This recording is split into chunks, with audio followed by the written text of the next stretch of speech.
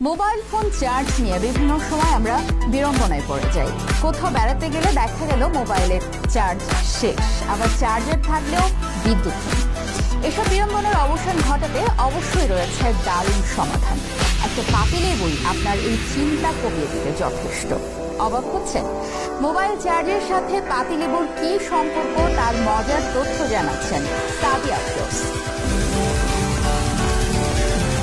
মোবাইলের চার্জ দেওয়া নিয়ে চিন্তিত থাকেন না এমন লোক খুঁজে পাওয়া কঠিন। চার্জ দিতে না পারায় কতই না সমস্যায় পড়তে হয় অনেক সময়। তবে এই চার্জ সমস্যার সমাধান দিতে পারে একটি পাতিলেবু। অবাক লাগলেও ব্যাপারটি বেশ কার্যকর। লেবু দিয়ে মোবাইল চার্জ দেওয়ার অনেক ভিডিও ইতিমধ্যে বিভিন্ন মাধ্যমে ভাইরাল হয়েছে, যেগুলোতে দাবি করা হচ্ছে পাতিলেবু দিয়েই মোবাইল ফোন চার্জিং সম্ভব। একটি লেবুকে কেটে দুই ভাগ করে চার্জারের পিন দুটি লেবুর কাটা দুই অংশে জুড়ে দিলেই আশ্চর্যজনকভাবে চার্জ হতে থাকবে আপনার মোবাইলটি। লেবু ছাড়াও আপেল, কমলা এবং আলু দিয়েও চার্জ দেওয়া যাবে আপনার প্রয়োজনীয় মোবাইলটি।